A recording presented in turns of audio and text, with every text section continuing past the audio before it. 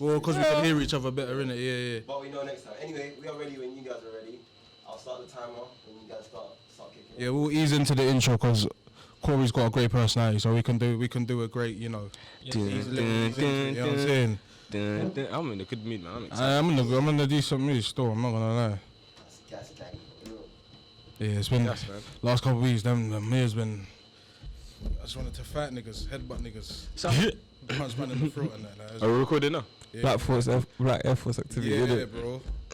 With hella creases in the Black Air Force. Oh my days, man. You know, I've never actually owned a piece of like Black Air Forces in my life. Swear down. I have. Never, you know. When I was young. Yeah, I used to wear Black Air Forces at school. Super young. I've only owned like. I'm Jamaican, innit? So it makes sense. But white Air Forces? Yeah. You had white Air Forces? Yeah. Oh, okay, cool. White Air Forces, white jeans. I was about to say, that's what you meant Air Force, period. I was like, what? No. White Air Forces, white jeans, man. Yeah, because you came up when Air Forces were like 60. Yeah. That's why they were And I very still accessible didn't get them. shoe. I was getting feelers on the rack. Bro, I don't know why I ever got Making it cake work. Swiss. Bro, I remember like they were hard though. £35. Remember when everyone was like jerking and then like everyone started getting like Vans and shit. We need big skinny jeans and big shoes, big trainers. Yeah, my mum didn't understand the concept of slim fit jeans.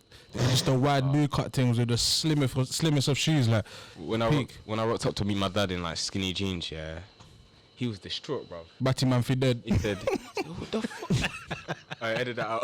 We got edit that out. We got edit that out. We've got to edit that out. But as you can fucking see, we're back, fam. On that note, I think I took it too far, so I gotta bring it back, innit? Yeah. I just wanna say, yeah, fucking no. shout out to Drake, Future, Young for giving young men their Not my confidence. own. Straight EV 4 Question before you start, you might be bumping Way Too Sexy by Drake. Are you Future, dumb? Yeah. I heard DJ Playing in my ears now. The shoulder move. Five Frost and them things. Too sexy for this trap. Yeah. That's the song for the abandon still. What? City girls. This is what black men need. Down. I don't need A confidence boost. Like Yeah, me, word. I need all the man them in the middle. Yeah, vibing, enjoying themselves. You know what we should do? We should stop the girl from dancing with us. You know how they do Be like, this is a safe space. You know what's mad? You gotta look at your friend and see what's in it. You man are all good vibes when you go out. You energy crew. That's them two, obviously DJ and Korrie. I'm the secret weapon. He will dance, but you have to give him a little bit yacked. Yeah. You know the security. That's what energy crew. It's not even that. It's just like I'm not feeling the tune. It has to be the right tune. Pure cap. I swear to you. Pure cap. What do you mean? And okay, you've seen me when I've weighed. That's I right. was about to say, we've seen you cap. I've seen you in the flesh. Yeah, but that's what I'm saying. Sometimes I'm just chilling. I'll just do give you a little head nod. You know what I'm saying? Vibes. If there's girl, I'll chat to them. You know what I mean? But for the most part, the right thing needs to move me. it has to be. Yeah, it has to be the right vibe. You know what I'm saying? Whether it's the song or how many drinks I've I'll had. just create the vibe, bro. If you see my like heat map in the club, bro, it's mad. There's everywhere. Bro. Talk your shit. I'm everywhere. That's bro. me after 4 drinks. Give me 4 drinks. Yeah, no, give me. Give me. That's like 3 drinks and a shot. I'll be calm. I'm a- 1 tequila shot. I'm ready. I'm an ill wingman. I'll tell you why. Yeah, because I can converse. So I can really take the friend out of the game, and I'll do it like on a soldier shit. I wouldn't even want to move to the friend. I'll just my guy's trying to shoot. Alright, cool. Shh. You need to come here. Joe's definitely the one that flirts on accident. Would you? By accident. Man flirts by accident. I can't help if I'm smooth with the words. If it sounds like I'm That is you sweet. know what I'm saying? You know what I mean, I can't help it. I can't help it. You know what I'm saying? But anyway, enough of my life. Exactly. We That's actually not have what we're here we for. actually have a guest here. Yes. Big boy guest, you know what I'm saying? Before we even get that cracking, welcome back, guys. They're like shit. 3 guests in a Harley Quinn row. is on a roll. We can press buttons now and shit. Yeah, word. And what's that on the table? What's that on the table? Oh my days. No, No, this New thing I drop.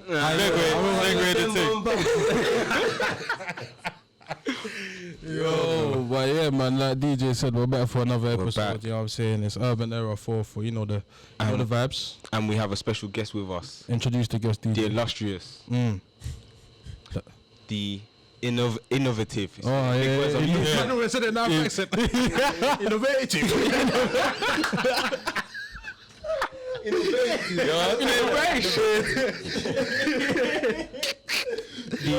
The one, the only. Korrie's in the house. Can we get a round of applause? What important people. Let them know. Let them know what you do, Korrie. Let them know what you do, Korrie. I'm just a guy, innit? I'm just a guy, innit? I but appreciate every guest that comes in on the humble thing. Yeah, but you're word. here because we're celebrating. Alright, we're celebrating. You know what? We're celebrating. At the end of the day, man's just a little guy, but yo, I'm a director, photographer, just artists in general, Renaissance man. Just Renaissance man. Yeah. That little second, That's gonna be in his bio now. Yeah,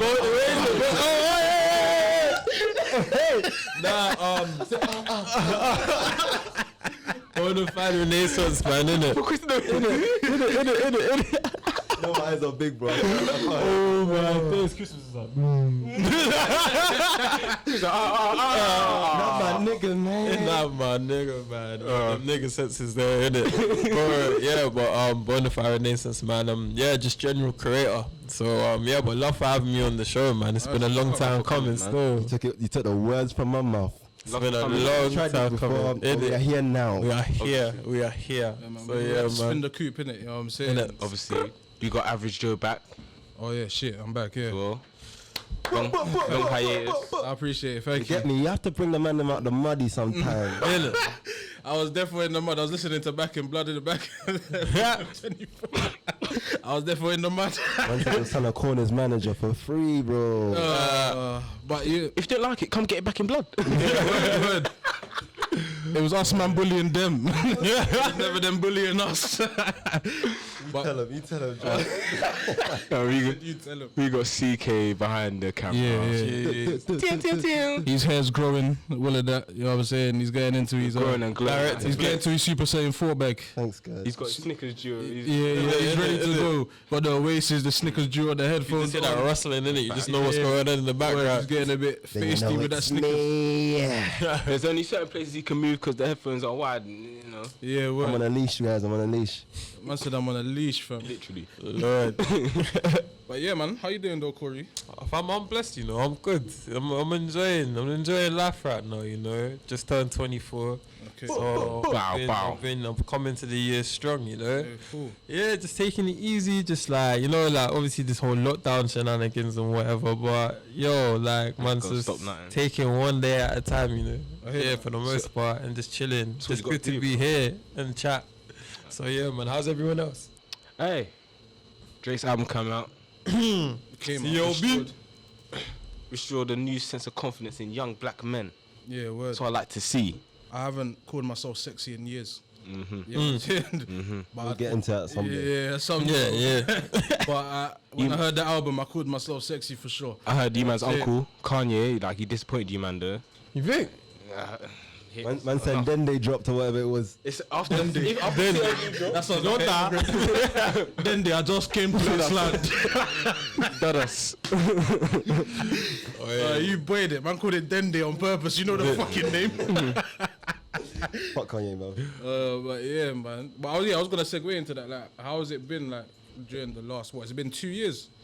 How long's been lockdown been? Or Well, 2 years. Been 2 now. years, innit? So how's it been being a creative in this 16 months. in these times? Well, it's been, I guess it's been proper telling. Like, you know what? Like, this is probably like the first time in like, I guess like my journey as a creative or whatever you call it. Like, just to take the time to just sit down and reflect. It was good. I think it was difficult at points because you felt like mad restricted and you almost didn't know what to do.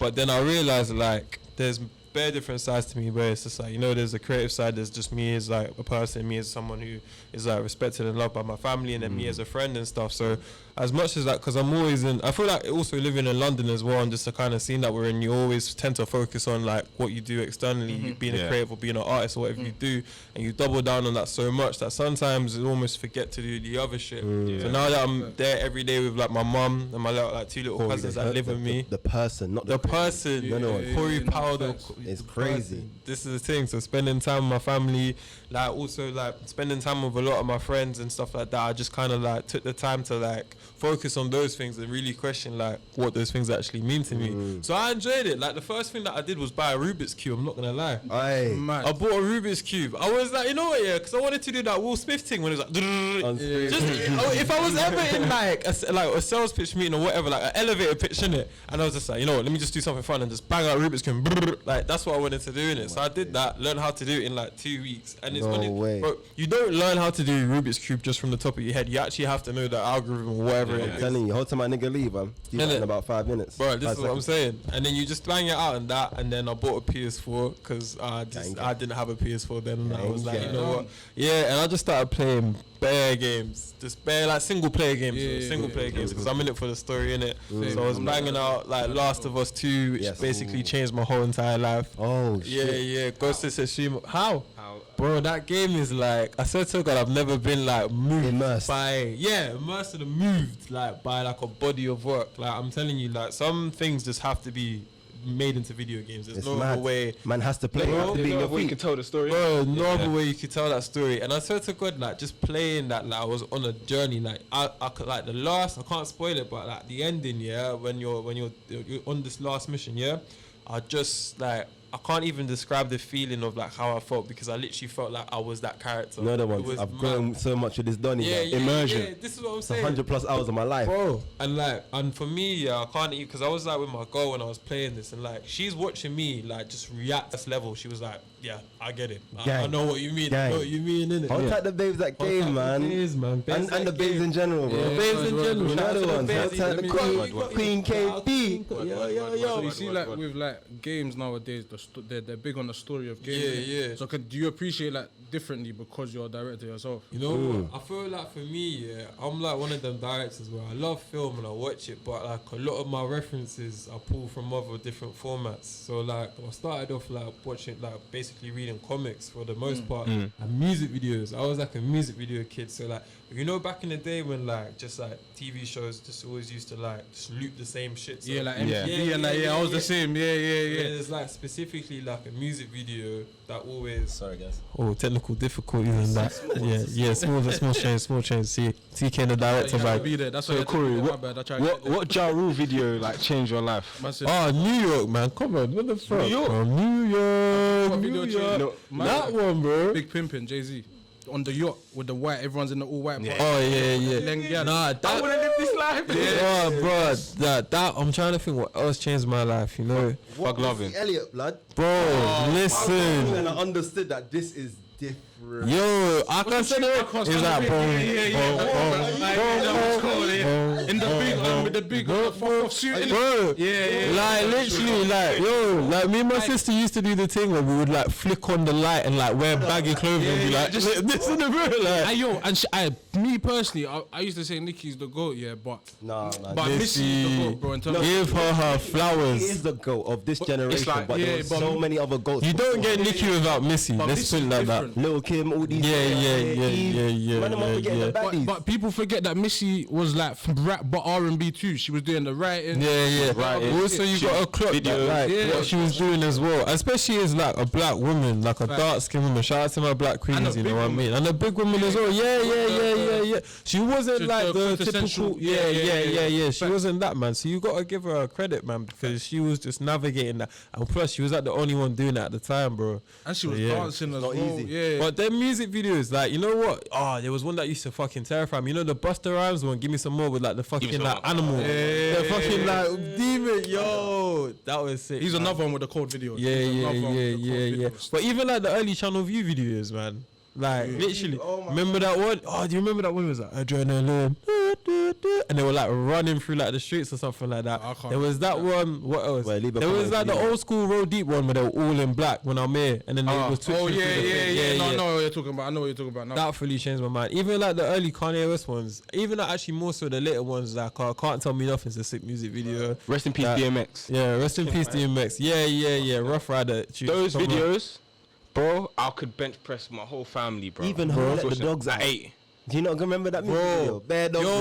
Yo, even Fong Song, you know, it was bro. Yeah, Fong Song was Fong Song was it was different. Integrate hip hop with like Nickelodeon and shit, and it wasn't corny. Yeah, that's a good point, you know. They were ahead of the game. Fam. Now we're too cool for that shit. Bro, but yeah, like literally that. But like, I used to watch them music videos, and I was like, yo, I didn't even know I wanted to do film then. I just thought like, yo, I wanted to do whatever they're doing in it.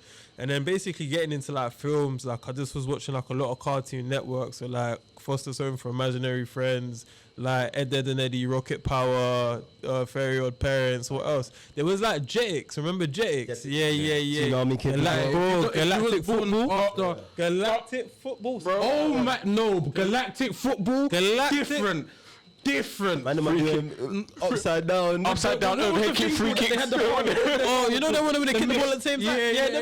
What's that missing? Yeah, no, it was cold. Listen. It was cold. Yo, them guys are If you was born after 98, I feel sorry for your loss because the shows that you missed out on. Bro, I'm telling you. Ofcom came in. Facts. What? Ultimate Muscle. It was like a wrestling Oh thing. my God. Cartoon. Legend. Bro, you know, I don't Wacky as shit. remember that one, but I remember Legend. the Lucha Libre. Oh my day, bro. Yo, nah. I definitely bring them back, bro. Bro, I don't know what happened. They might be on Disney Plus though. Maybe They might be because they're slowly bringing shit back on Disney Plus. Yeah. I've got a password. Don't worry. It's cool. But nah, you know what's funny? Like I was talking to like my sister about. She's 5 years older than me, so we kind of had the similar like what she was watching. I was what she was watching. But my nephew's like 10 years younger than me. You can tell like a generation by like the cartoons that they watch. Cause like my little nephew grew up on like their Adventure Time shit, innit? And it just how they view and what their humor is so much different to ours. It's so weird. Yeah, it is. Adventure Time. Adventure Time. Regular show. Regular show. But you know what I do? You know what I do about shows for us, yeah? Steven Universe? Nah. Yeah, I hear. No, I wasn't saying no to that. But yeah, with our shit aged so well because as we got older, the jokes became funny because we was getting older. Yeah. Then we started relating because we was at the same age as them. So they aged like so perfectly that they will always be legendary. Like Because they didn't make them cartoons just for us. They as made it kids. for the parents. They made it for so your parents or your older brothers and sisters. The man them were stoners back in the late Yeah. 2000s and shit. Yeah. Like, yeah, man. Nah. So, but like, go on, continue. I was gonna segue, but go on. But Find a segue. no, I thought he was gonna continue. But I got a question. What like since you like animated series and like what animated series now like catch your eye or maybe just have you feeling the same way as some of the shows we just mentioned? You know what? That's a good question. Because like now I've been slowly getting back into it. I think more so, even though it's animated, it's more like anime stuff. So I've been watching like My Hero a lot. Yeah. I've been watching My Hero. Bro, Attack on Titan. I keep hearing rave reviews. I started it, but I ain't finished it. Bro, that is literally like... I need to get back to it. Bro, When I start Attack on watching it. Titan is like literally like the foundation of like my life. I can't lie. Another immersive one. Bro, oh my days, like, cause you know I banged up the first 2 seasons and I took a hiatus where I didn't watch it for like 2 years, yeah? Came back on the whole map. It was like Twitter. You know when everyone made Twitter and they didn't know how to use it, so they came back later? Yeah, that was literally Attack on Titan for me, man. And bro, it's literally like, bro, like, every time I hear that main theme tune, it's like, da, bro, man's just in the house like, Kenny, yes. yeah, bro, and it's just like that. And then I think I've been, because I got Disney Plus now, I've been watching the What If series on like the Marvel thing, innit? They got the series because I'm trying to keep up with it for like the whole Phase 4 shit that they got going on. But yeah, that I'm trying to think what else. What is the What If series? Is that when the characters have their own? Yeah, alternative like things. I saw the Loki one. Yeah. I saw the one. I haven't watched it, but I saw the one about Loki. Yeah. So this Alright, is the cool, I'm thing. gonna note that down So still. was doing that, and then but me and my sister during lockdown, we found a link to like this old Cartoon Network show that we used to watch. It was, you remember Andre 3000? He had a Cartoon Network show, Class of 3000. Yeah. So we started watching shit like that. I remember like you could go back in the day and like go on Cartoon Network's website and play like the video games and stuff like that. Oh Yeah. I spent most of my life Some doing memories, cuz. the Ben 10 thing, man. Ben 10 was lucky cold, though. Ben 10 was cold. He was Cold. Hold very tight Gwendolyn as well. Oh yeah. the first show And Shaolin Showdown, bro. Shaolin Showdown. Yo, that guy. wanted to What have was the the 4 dots on my head. Oh, and we got Avatar as well, man. Oh yeah, That- Avatar bro, facts. Bad The airbenders and them, man. Man's Yeah. poured a But this little is drink what for my I'm niggas, saying, them. man. And like on top of that, mum was going to cinema every week with my dad. That was our thing that we did. Every like Saturday went to view. He took me and my boy Jonathan. Shout out to Jonathan. Hold tight, Jojo. Shout out Jojo. And then yeah, man, we went to the cinema. My dad would like conk out as soon as the film starts, so we'll just be immersed in the film. Literally, Like we'll sit Hold down. that black glove though. In it, black love, and we watch all But the he was films, like, man. these kids love it, but I'm knackered. In it, I'm knackered, bro. And you didn't get it. But you know what? I didn't get it. And now that I'm older, in it. That was me in the cinema last week. Bro, but no, this is the thing. I get it now. Now that like man works and stuff, when I go into the cinema, if that chair is comfortable, so I'm comfortable. gone. Any chair that's comfortable, I'm actually It's so dark as well, man. I missed the first Avengers with Thanos in it, Oh lord. and then Infinity War. That's what it's called. And then Endgame.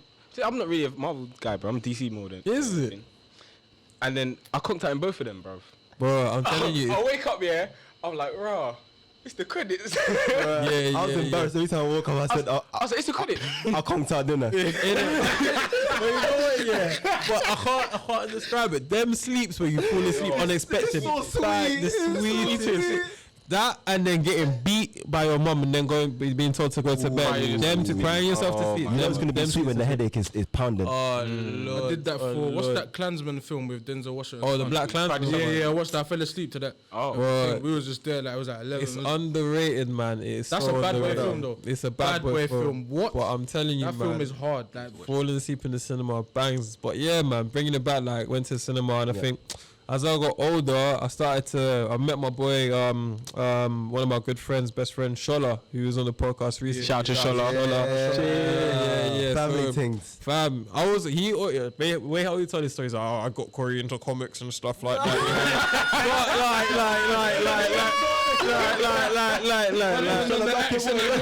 I got Korrie into comic books and stuff like that, bro.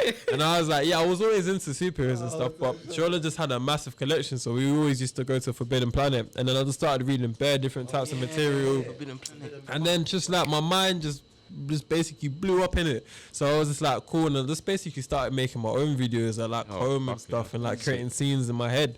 And then when I first got into like using the camera when I went to like secondary school, then it was just like running down the street. Yeah, Love at first sight, innit? love at first sight for real. So yeah, man, and just been doing it ever since. Going back to going cinema with your dad sleeping and that, yeah. Bruh.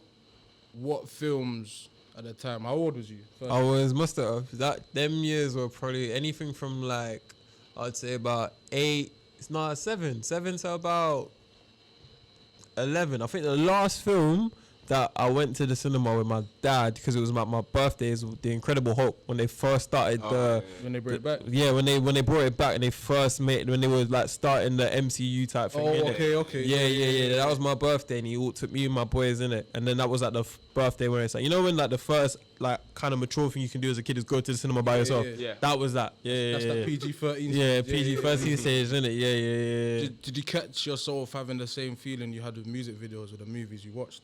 You know what? I felt like, yeah, for the most part. I think as a kid, yeah, when I was watching them films, I was just kind of appreciating it for what it was. I didn't not even appreciate it on the level that I probably would do now because I understand like the technicalities that go on behind the scenes and stuff like that. But as a kid, you're just like, raw explosions. Yo, man, got chopped in the neck. You know what I mean? Man, I was in a back. I still do that now. Bro, like when I came home, when I watched Wolverine, yeah, I remember coming home and getting like the toothpicks from my mom's drawer and putting them between my fingers and poking up the chair. I got, you know what I mean? I thought you could hit with 5 seconds. Literally.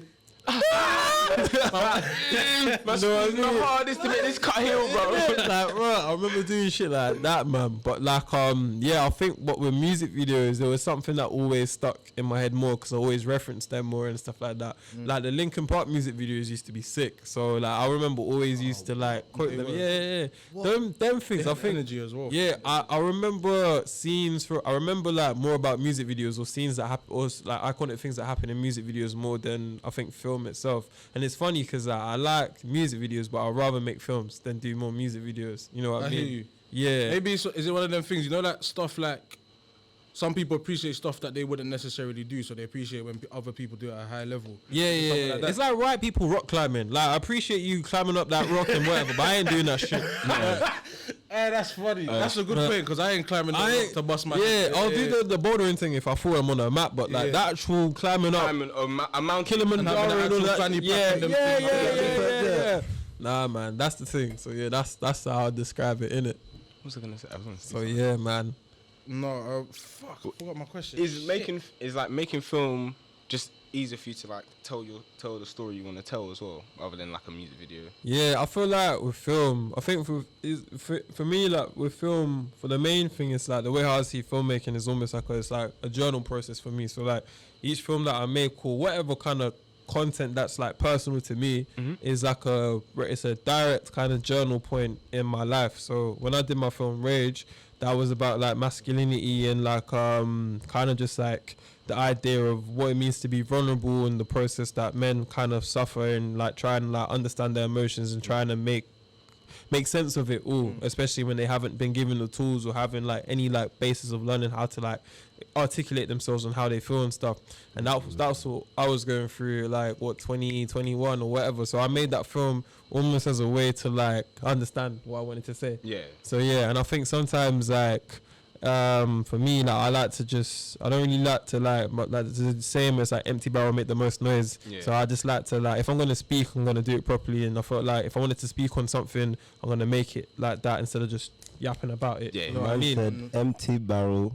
Empty barrel make the most noise. That's That's fact. say that again. That's a Empty barrel That's make the a- most that's a noise. Jamaican proverb, bro. Yeah, literally. So yeah, no, it made sense. Yeah, because I was gonna actually segue to that because obviously I read the bio of it and he was like it was almost therapy for you. Yeah. Why was it therapy for you? Because I guess it's just like you get to, because in that actual process, I was actually going through therapy. Like I was doing counseling every Monday. So when counseling guys. go get it, boy, go get it, bro. Yeah. So like when I was doing it, it was literally like every session that I had, and I was basically talking about these things. It gave context and it gave basically like pillars to make the project off of, essentially. So when I was doing that, like why it was almost like therapy for me, because like in the process of doing it, I was unlearning everything in it, and I was like, oh shit, so this is how I felt. I put it into the film. Now I'm seeing it play out in the film. It's like, oh, you know what I mean? It's kind of looking at art, and then art gives a meaning to add context back to your life, innit?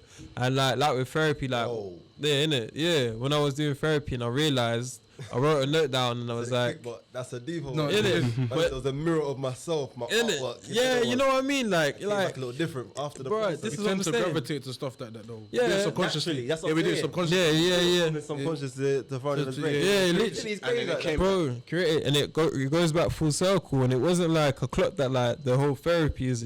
Therapy's not there to like fix you. It's there to give context to the life, that everything that's going on around your life, innit? So I was like, rah. So when I was doing that film, it was like, yeah, and then basically upon finishing it and coming back to it, I'm just like, rah, this is like a specific point in my life. I could be 50, look back at Rage, and I could have done like bare other films, but when I look at Rage, I'll always be like, oh, rah, like, yo, that was a specific point in my life, and that's I could tell how I was feeling, what I was going through, what I was trying to say, all of stuff. Yeah, so it's Must I say, that's executed at high not to level. cut you off there. Thank you, my G. Love. That's dope because obviously we're all like big music fans. I can attest for you two, innit? Yeah. You deep like like a lot of artists here. Their first album is always based off what they've been through, their life. And that's where That's where life imitates art, as they say, in it, because it's real. So it always tends to be their best work, in it. Yeah. So I think it's always dope when people use their self as their muse, because you're gonna get the most pure, raw emotion, and it's probably gonna translate better on camera. Why? I was gonna say why rage? Because obviously it's a very specific emotion. Obviously, man them go through it, etc., etc. But obviously the mixing of like man them dancing or whatever it was, plus obviously the fact they used in rage was obviously sounding quite meticulous. Like you thought about it before even shooting it, basically. So what was the backstory behind that? Yeah, I felt like because that was probably the main emotion that I felt. No, I'm good. Like for the main emotion that like that's what I felt. So for the main thing, it was almost like when I say the word rage, I don't specifically just mean the word rage itself, because I feel like all emotions are all just it's all like interconnected, and they're all in like a big ass Venn diagram. You know what I mean? Yeah. So they always overlap. So like this is what I was saying, like have it as rage because that is like the main thing, but in the process of rage there's stages to rage, innit? So there's that idea of like irritation and almost arrogance and trying to be above a situation and say that you have everything under control, and then losing yourself in that, and then coming out of it depressed and sad and whatever. So I felt like for the main thing for me is what I wanted to do is to kind of just like break down what rage is in my kind of thought process. You know what I mean? So yeah, it's kind of just like the umbrella of everything. That's what I would say. Yeah. So why dancing though? Yeah. Huh? Why dancing? Why dancing? I wouldn't even call it like. You barely had any like a standard short film. People will say it's dialogue. Yeah. Music. And it's the visuals. It's the visuals, right? Because like most people, like I guess it's like what you would call as like an art film, innit? I just see it as like it's a solid body of work, innit? You know what I mean? However you see it is however you see it.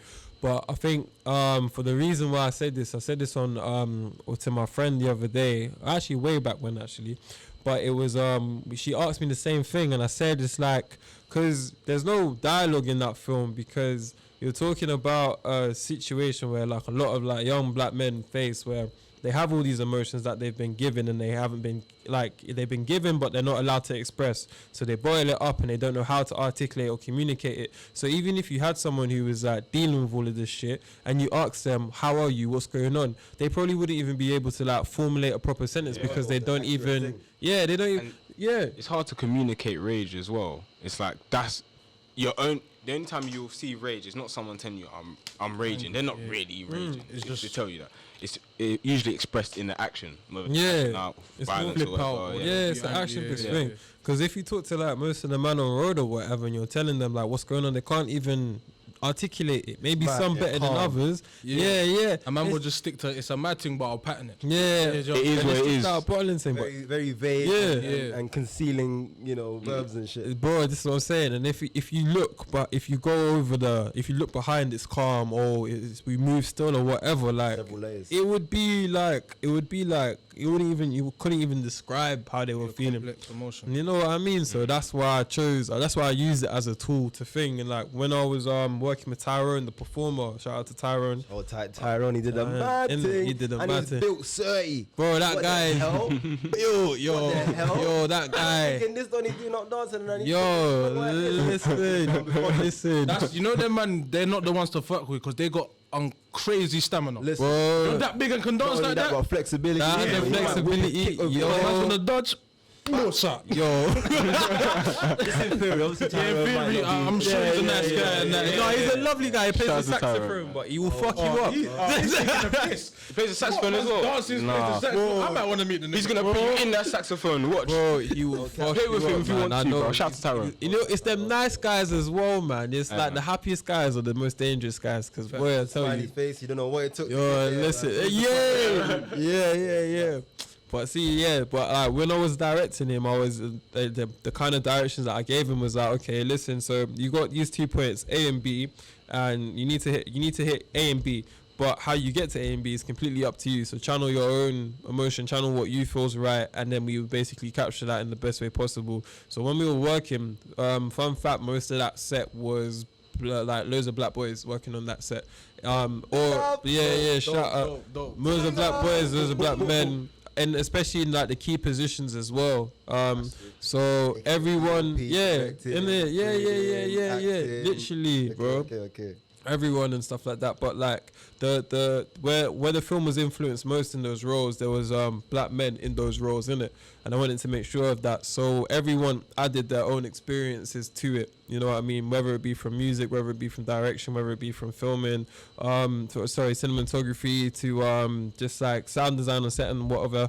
But yeah, man, that was key. So it just kind of turned into this process of therapy for everyone. Everyone was channeling their own thoughts and feelings and stuff, and it's easier to do that through art sometimes rather than express it out. But it was interesting because I was at therapy at the time. Every Monday I was having to speak about it, and then on the days where I was filming, I was having to like be creative and do it. You know what I mean? Go be immersed in that same kind of state. Yeah, it's interesting. So I learned a lot about myself, and like bringing it back to your question where it was like what you were talking about like a lot of the artists, a lot of their first bodies of work about them. I don't know if like Rage is like my Good Kid, Mad City, but it's like maybe it's like a Section 80. Okay, you know what I mean? Yeah, or overly dedicated. Just a step before, just before. Still got a bit of culmination to do. Yeah. But the final version comes. But we know what it could be. Yeah. Okay. I mean, that's how it goes with potential. Yeah, Hats off to you, obviously, with that set being all black and stuff, or at least mostly black, because I've been on so many sets where I am the token black boy. Yeah. And as much as it's cool and that, man's here, I don't see it like that. I see it as man's here on my J's. Why am I the only one here? Why am I the only one here? It's like, I'm with a bunch of people that mainly may not understand, how I'm feeling or why I may not want a fucking white person to touch my hair. And they have no clue about that shit or whatever. Certain mannerisms, because they're not from where you're from, if they come off as standoffish or aggressive. All of that dumb shit. Baby. Because if you don't want to see me aggressive, that's the problem. Like, but yeah, going back to that, do you are you consciously trying to make an effort? So it's like I don't want to say all black stuff, but more inclusive stuff. So for more the most, ethnic minorities, not just one type of people. For the most part, when I'm like directing, so when I'm not doing like my personal projects and I'm actually like doing my job as a director at Black Sheep Studios, which is the agency I'm rep by. Humble production company I'm rep by. That's like to get the cheese so people know, innit? It's not a light studio, he said. It's not light. Not light, man. Not everybody can get in still. Yeah, so when I'm doing that, like, I always try to make an effort, always to work with new people, but to always bring like the Mandem on set. You know what I mean? Like, it's always been a thing that I've done, and it's like it's something that I don't really talk about a lot of the time. But like most of the guys that like I always like work with, I always bring on, and I always make sure to put like money in my boys' pockets if I can. If I know that they do a job, I'll put them on it. Yeah, you know what I mean? And I appreciate everyone like learning through me as well, because we're all learning together, and that's what I'm trying to do.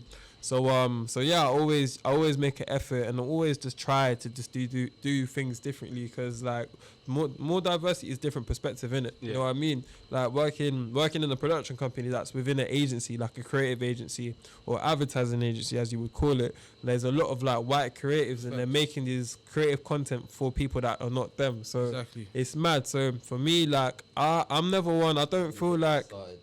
Let's not even start. But you gotta be real here, where it's like I'm not one. To be honest, like I don't believe in, if you're not from that culture, you're not from that society, if you're not from that walk of life, do not tell that story. Yeah, facts. But what I will agree with is co-authorship. So if I got a guy, let's say if I got like a Muslim don, I'll use my primary school friend Rashid for example, Bengali dude, love him. Hotel Rishash. If he wanted to tell a story and about his life, and he has no idea how to direct, and he's like, yo, I want to tell this story, but can you help me direct it? White people I'll be like, I'll help you direct it, but we need to make sure that when this gets into promotion and when we're telling about the story, this is your story and I'm just a part of that, you know what I mean? But this is you speaking on behalf of what you need to do. So I'm all for that, innit? But I feel like a lot of the time, especially now, we're getting a lot of like, what is it? Like a lot of white people appropriation. Simple appropriation. Yeah. Everyone's jumping on black culture. It's always been the time. Yeah. Hot, bro. This is real life, bro. You know what I mean? Like it's this ain't a profit, bro. This is exactly being in it. This is my life. How the game goes, innit? That's the most important thing now. It's not what doing things right. It's profit. Yeah, the margins. Man, are vultures off the thing, but again, this is why, to a certain degree, I agree with gatekeeping. If our community is not the one that's benefiting from this, bro, and we're allowing them in, how do we gatekeep though? Because I see a lot of the conversations on Twitter that we need to gatekeep, especially like when like Justin Bieber jumped on Essence. I don't even think that was a bad jump. That was he did what he needed to do. Yeah. He didn't stop it. He flew with it. But the baby jumping on Essence is a problem, innit? We'll talk about that later. But like, how do you actively gatekeep the scene? The same way you said, bro. Obviously, you said you act as the vehicle for those that are actually actively, in the field. You actually want to do use your talents to actually showcase, their lifestyle or whatever it is. In the same way where we hire white fucking directors and videographers to shoot our music videos, your brethren around the corner shoots music videos. Bring him alongside. He doesn't necessarily have to shoot it per se. Bring him alongside. Let him learn something new. Let him learn something. Exactly. And eventually, it's giving people access, and you see, boom. That's what I'm saying, because you see how you said your friend doesn't know much about directing. So you bring him around some equipment and he just figures it out like that. Bro, it's a whole new. Just found a new. Found a whole new skill for someone else. Yeah, exactly. That you can help. That will benefit you and you will benefit them. And well, everyone's just playing with big Legos in life. I'm telling you, man. That's how I see it. Literally, everyone's just learning. If that's your thought process, then I can't. Not you in particular, but if that is the thought process, you can't also say in the same breath that. Well, I don't think you can say in the same breath that you know, you're really in it for the culture or for your community. Yeah. At the end of the day, all you're doing is for your own benefit. Pockets, Yeah. But see, that's the problem. You're not any worse than the next man that are out there trying to vulture off our There's thing. two problems. It's true. It's man trying to do things for their own benefit, and people not afraid to start from square one. Because in order to gatekeep, you need to have power. And you need to build that. Yeah, literally. I believe that's perception. You need to build. No, that. but I'm saying, but you Yeah, understand. but in order to gatekeep, you need to have power. Because especially with creative arts and like putting shit out there and publishing and stuff, yeah, it's your art is might pass through one or two white hands in order to get out. That's not that much of a problem. But before that, the creative process, that should be all you. All your community, your culture. There's two problems, like you said, the power thing and ownership. We can do it on this like on a certain level, but then when you start playing with the big boys, that's where it gets a bit tricky. Yeah, because I feel like I think we gatekeep socially, but we don't actually gatekeep economically in the actual industry. Yeah. We gatekeep what we see on socials, but we actually don't gatekeep where we need. Yeah. And then when we do get opportunity to gatekeep, they normally pick the man that are just in it for themselves. Yeah. It's the man that make the most money. Exactly, because then the game becomes the guy at the top, the real top, is saying, well, this nigga's making money for me, and my man's trying to keep his job, so he's just gonna keep making money for whoever's in him playing him, and he's gonna fuck everyone else over. What I was saying is power's a perception thing. Because if my man at the top is looking for whoever's making him bread, and he's cutting the check to these men that are willing to fold or whatever, the guys, they still have to come and touch the guys at the bottom, or the guys that are actually in the culture and the community. Someone is still allowing that access. True. If we just turn that access back into our own, so basically on the vibes of building a community, rather than having to, you know, cut the corners if you want, but still try and involve your people. Something to some degree. You can take the L in order to bring your brother on. That's always an option. I mean, so that's what I believe. Obviously, power's a perception thing. It's like, I guess have to come to us. It's like networking across and not necessarily all the way up. Like that's what Issa Rae said, innit? And she was Issa Rae, and Issa. Yeah, but like even now that she's done like the whole Insecure thing, now she's finishing that off. She's gone to make like a reality TV show where she's bringing on other people. It's heavy. Her bag is diverse. No, she's and heavy, different. But this is what I'm saying. Different. It's a thing where I think maybe like I think a lot of the time, and I can only speak for like up to a certain extent, but I feel like when people elevate, especially like black people, sometimes it's like it's not that you forget who you are. I think it's like it gets difficult to keep in touch and to like extend to pass the ladder back down. You know what I mean? Because you've worked so hard to get there. The perception of giving back the ladder down is almost frightening in a sense. One, because you're in a space where not a lot of people look like you and are always constantly judging you. And two, it's almost like, is my spot at risk because someone else is gonna come up and whatever, you know what I mean? And but is that a good mentality though, bro? No, it's not a good mentality at all. I don't think the idea of like I think as soon as you get up, you should always pay it forward and pay it back in it. But I think there needs to be more of a conversation of like what people are actually doing for like. I don't even want to call it who you're paying for too. Yeah. You know what I mean? It's not necessarily activism. Like you have to be in the streets and. Yeah. Bring your bro onto the set. That's all man's asking. Yeah, literally. That's it. It's not that much. I think it's just allowing people to see and have access to things, because once you start seeing, you kind of start believing, and then it's just like, right, if my boy can do this, then I can do this. You know what I mean? Right. Sometimes things are not meant for everyone. You know what I mean? But like, if you bring your boy all the time. But this is the thing, because you can't help everyone at the end of the day. But at least, as long as people are doing their best to level out the playing field, then calm. I think that's what needs to kind of be going on in it. But you know what I mean? So this is the thing. So that's what I say. I wanted to bring it back to rage as well. Quick question. It was like in combination with the therapy and creating rage. Yeah. What is there anything like that you unlearned in that process about your masculinity and just about you as a person? How did it affect you? How it affects me? That's a great question. It's good. The main thing that I probably unlearned.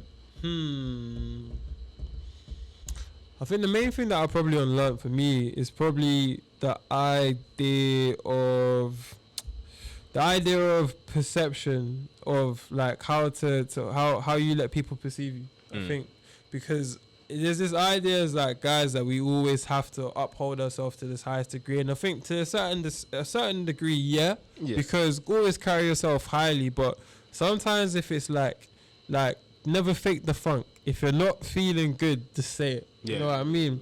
And obviously be careful who you say it to, because not every safe is a safe space, isn't it?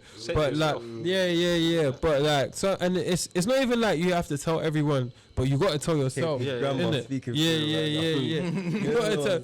Like, there's one thing to lie to others, but there's the one thing to lie to yourself. No, bro. Exactly. Yeah. You know you don't feel right. And bro, and then sometimes like a lot of the time, like man, them are like everyone is telling themselves a lie, and sometimes you just have to look yourself in the mirror and just be like, raw, like this ain't it, or I'm doing something that I'm faking the funk. I'm doing something needs to change, isn't it? And once you're aware on that, then that's when you start doing the groundwork, innit? And that's why like man went to therapy. I wasn't even someone who was like. Who I felt like I properly even like needed it 100%. I wasn't on my last leg, because I've gone down some serious places, whether it be like Shoreditch High Street or like Tottenham Lane or whatever, you know what I mean? And seeing some people that like they need that, bro, from all walks of life, anywhere, man. But like I was like, you know what, I'm doing it because I'm basically preventing that situation where I'm just living a lie, innit? You know what I mean? Like I go in there and I think like some people go to therapy and they pay to lie. You know what I mean? Yeah, bro. Don't do that shit. What's the point? That's your mental doctor. She's paid to not say anything about this, so you might as well. Literally. She's paid to help you work through whatever shit you're going on. Well, they ain't gonna solve you, but she'll sort that out, right? And then like, and funny enough, like I got a blackmail therapist, so it's interesting. I was gonna ask you about that. Recommend. Oh yeah. I'll segue into that. But that was the main thing. It's just don't lie to yourself. A lot of man them live a lie. Like just be your honest self, because man, it's like I don't want to die living a lie. You know what I mean? Like when I go on like on all my truths, innit? So yeah. But like I got a black therapist. That was actually something I requested, innit? I mean, it was like, yo, I need a black therapist. I ain't doing this. No offense to white people. It's just blacks only. only. Yeah, like at the end of the day, I feel like whatever therapist you get and whatever therapist you connect with, that's completely fine.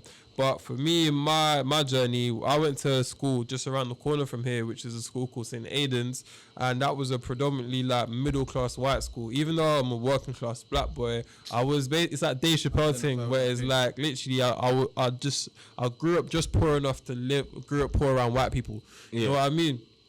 So that was my reference point essentially. And when I was talking to when I was in school and I had a lot of like troubles and dramas and stuff like that, or just like my needs, they were never really met or understood because they couldn't draw upon. They didn't know how to deal with it. You know what I mean? So inherently, I have an inherent problem that even still goes today, that I have a hard time explaining my troubles and difficulties as a black person to a white person. So even when I was when I first had my first session, I was talking to a white therapist. She was a nice lady, but I just couldn't help but think everything that she would kind of refer back to is probably the idea of having an absent father, even though my dad wasn't as absent, you know what I mean? But she would just probably they're probably you know what I mean? An unconscious bias, bro, and like unconscious bias 100%. Thing is a real thing, innit? So I was just like, no, I need to feel safe in an environment like this, so I'm gonna talk to a black male therapist, or even if it was a woman, I just said a black therapist, innit? But someone that you can relate to, someone that gets it. And it was funny because even when I got the black male therapist, it was interesting because like you go in there and you think like, yo, I'm gonna spot my therapist, like yeah, what you saying? We're gonna talk about mental health, yeah. It's not like that. They just sit on the chair and it's like, and I was like, raw, it's different. It's time.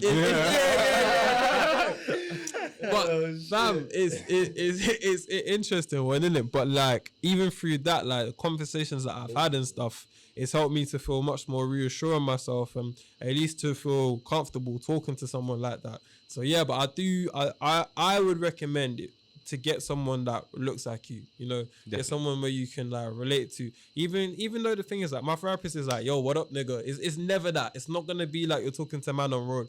But the idea of having someone that looks also, like you was talking about subconscious bias. Yeah. It works the same way for you. You can your brain can naturally relax a little bit quicker, or in certain conversations you don't you won't feel as tense just because the guy looks like you. It's not necessarily about how they talk. It's more about how they listen, isn't it? Yeah. Because my therapist is like the only thing that like, because you're not supposed to like build a relationship with your therapist, but like you do it in a kind of subconscious way essentially. But like the closest thing that I got to like knowing a little bit more about my therapist is that he's Ghanaian, and as soon as he said that, I was like, okay, cool. Like we can roll. You know what I mean? Like I get it. Yeah. Everyone will go like, "Passy on Sam." He started bringing boiled eggs to every session now, innit? Like, yo. But and then Banku in the back. Like, got some Banku for you. You know what? You got some Ghanaian shaver tonight. But yo, yeah, man, that was the main thing, innit? So like, yeah, it's interesting. And it's like someone said, like, you wouldn't take your Ferrari to get repaired at a Lamborghini store. You know what I mean? My God. Yeah, like, Oh my God. We're working to that. Oh, you know what? Amen. You Nah. must have. Bro, I'm so proud of your growth, bro. Oh, thank you, man. Yo, we go way back. Way back when, bro. Quality times. Family setting. Those all little Handy. shits. Yeah, we were out like, here, bro. Oh fucking my hell. days. Oh, yeah. Man. How do you feel like Korrie has like influenced your life? That was 2 years, isn't it? No, it was a mad period of my life still. It was a Whoa. mad period of my life. That was wild, Yeah, man. yeah. Them days were interesting, man. Bro. No, but they went through like a breeze though. This is the thing. Fam, Bro. 1 year went quick. By the end of that year, people were laughing. People that were laughing in the beginning that, oh yeah, we're going to make it to second year or what, you're struggling with. Not there. Yo, that was That man legit didn't Hunger make Games. it back. That was me. Yo, That was the first year. Certain man didn't make it back. I just about scraped through, so I'm not even gonna be. That experience alone was enough for me. Cause I said secondary school's not like this, you know. Word. Nah, college felt like secondary school. college was basically like AS is Felt the like same. the year 8 of like college. Yeah. Yeah. You just Yeah. fuck about. Yeah. Yeah. Just But then it fuck gets about. Towards the end, you're like, oh, when you see them, When you got them results. When you got them results. We have exams. What are exams? What is- Yo. everyone's in the library like 24/7 suddenly. Hey. Your predicted grades are looking ugly, cuz. Man said E. Actual grades. You know when you are start like, EUF bro, fudge. listen. When you what is it, that EPQ thing to just get by? Yeah, You gotta take the egg, yo. Brother. Yo, it was wild, man. I feel like it was a mini growth spurt in college. I feel like everyone comes into themselves a little bit more, especially when you're going to college. You got Like, that freedom a little yeah, and because you're starting a new slate, innit? So you're not you're not going back to the sixth form, but in the same school, innit? So you almost create a new identity. Like, rah, man's gonna It's be just like moving a when bit people different. go to uni and shit. Yeah. New slate. Man's going to my friend. Uni No, helped I more didn't with my go growth. uni. Outside the man them. Hold tight for the man that I didn't dropped go out, uni. bro. So I dropped out. Hey. Even though Hey. I said I need to get it back out. Yeah, bro. Yo, I told my mum I tried wasn't it, going but- uni. Yeah, That supermarket where The thing about uni, was it kind of helped with my growth more than Korrie did Defo for me. because I was too comfortable at college because I'm still at home. Uni, college is local, or when I was in sixth form, it's my school sixth form. So it's like all the people I know. I had to cut. So once I got to uni, now I was like, I need to go out of ends. I need to go and Where did you go? live. I went to Southampton. Please. Shout out Southampton Solent. Yeah, them tutors that I know. When I see you on the hey, listen. Is that when Darius became Darius? Yeah. That when Darius became Darius. When I catch That nigga DJ. that one tutor that was hated, you know what time it is. Racism. I wouldn't know. Anyways. What was your field goal percentage out there? Oh, Man said, oh. I didn't even shoot that much. Well, he was a I facilitator. didn't shoot. Facilitating. Number and then 3. Whatever. Was the free throw percentage still high though? Yeah, of course. Okay, so he put the ones that he got on the plate, I didn't. put them away at a high clip. No air balls. A couple bounce off the room. Yeah, that's It's cool. like, it's calm. You feel like I got when the you next shot, shot anyway. bro. It's calm. It's It's like- all that matters is that you like- made the shot. That's what that matters. That you made the shot. That's what that matters. I wasted the whole of first year though. I took first year way too serious. I had a girl in my first year of uni, so Oh, that's bad. I know I had a go, but I wasn't even at uni. But like, bro, I'm mad. Yeah, man. yeah, it's mad. I couldn't. Bro, you can't do relationships. I don't. No, Couldn't because do everyone's for relationship. everyone in Not in uni. the clean slate period because you are still not the new self that you're talking about. Bro, That's what I'm listen, saying, but I was with her from college though. That's the thing. that's mad. I would have ended that, bro. That was still a new slate moment. I did, but then I wanted it back.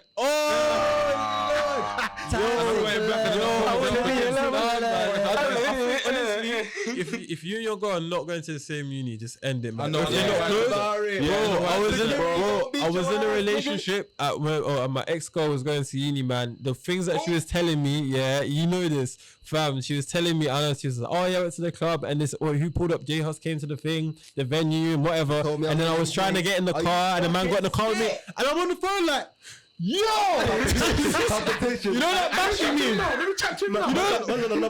know that bashing me, man. He's got the phone and he's like, yo! That was on train line. Shaking. Pressing the button.